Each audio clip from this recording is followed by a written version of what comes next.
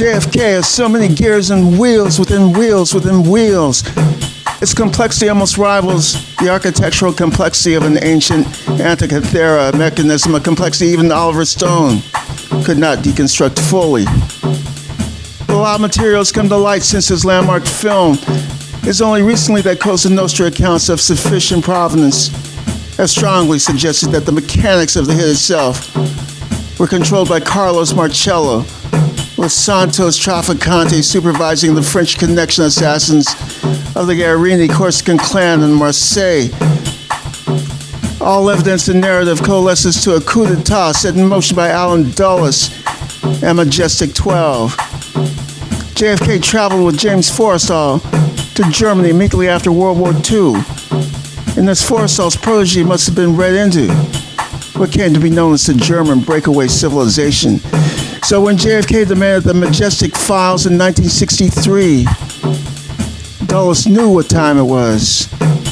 And when JFK threatened to shatter the agency into 1,000 pieces, Dulles let it be known to counterintelligence chief James Jesus Angleton regarding the hit. Let it be wet. And so it was.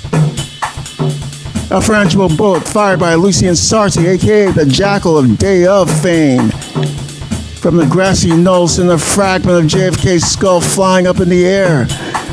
With such violence, some say that the frame of the Zapruder film that captures it has never been seen. Never been seen by the public to this day. Pretty startling. Now Sam Giancana, called Momo within the Chicago outfit, had chosen Jack Ruby to terminate Lee Harvey Oswald.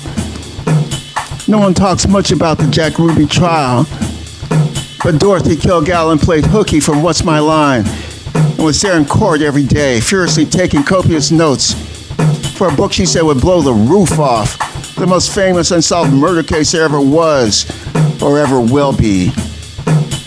Oh yeah, and Dorothy was the only reporter to interview Jack Ruby before a court-appointed psychiatrist paid a pre-trial visit to him in jail. The psychiatrist happened to be an MK Ultra savant named Louis Jolly and Jolly West. Happened to be one of the few men in the world known to be able to induce irreversible psychosis using only LSD and suggestion. So one night, after filming What's My Line in front of a live audience, Dorothy Kilgallen was seduced by a smooth operator tasked by the outfit to give her a Marilyn Monroe cocktail of barbiturates. Her nearly finished Jack Ruby manuscript and notes disappeared and were never seen again. Her best friend also, who would have had a copy of Dorothy's materials, turned up dead a couple of nights later. In the few months leading up to his retrial, Ruby remained quiet until the sudden onset of a virulent and lethal cancer took his life.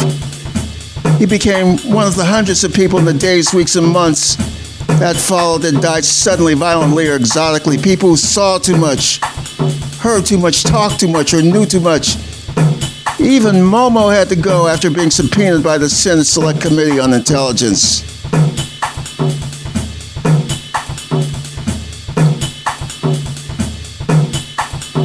There's a lot more to say.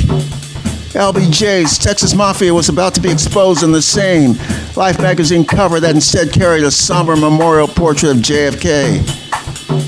But LBJ quite literally would have been fast-tracked to Alcatraz had that article appeared. LBJ was at the center of a sophisticated criminal enterprise. He had a personal enforcer who quite literally was a kill-on-command mass murderer. The Texas plan included a cohort of Secret Service agents who were responsible for the last-minute route change that lined up the motorcade with the three-way crossfire of the Texas School Book Depository, the Dow Tex building, and the grassy knoll. And also for getting JFK's body out of Texas, and also for sanitizing the limo that was the scene of the crime. It may seem absurd that there are so many moving parts to this tale. and there are twice as many in the full deconstruction. But this Antikythera has remained the most secret of national security secrets for 60 years. This Antikythera that reset the history of the United States to the year zero.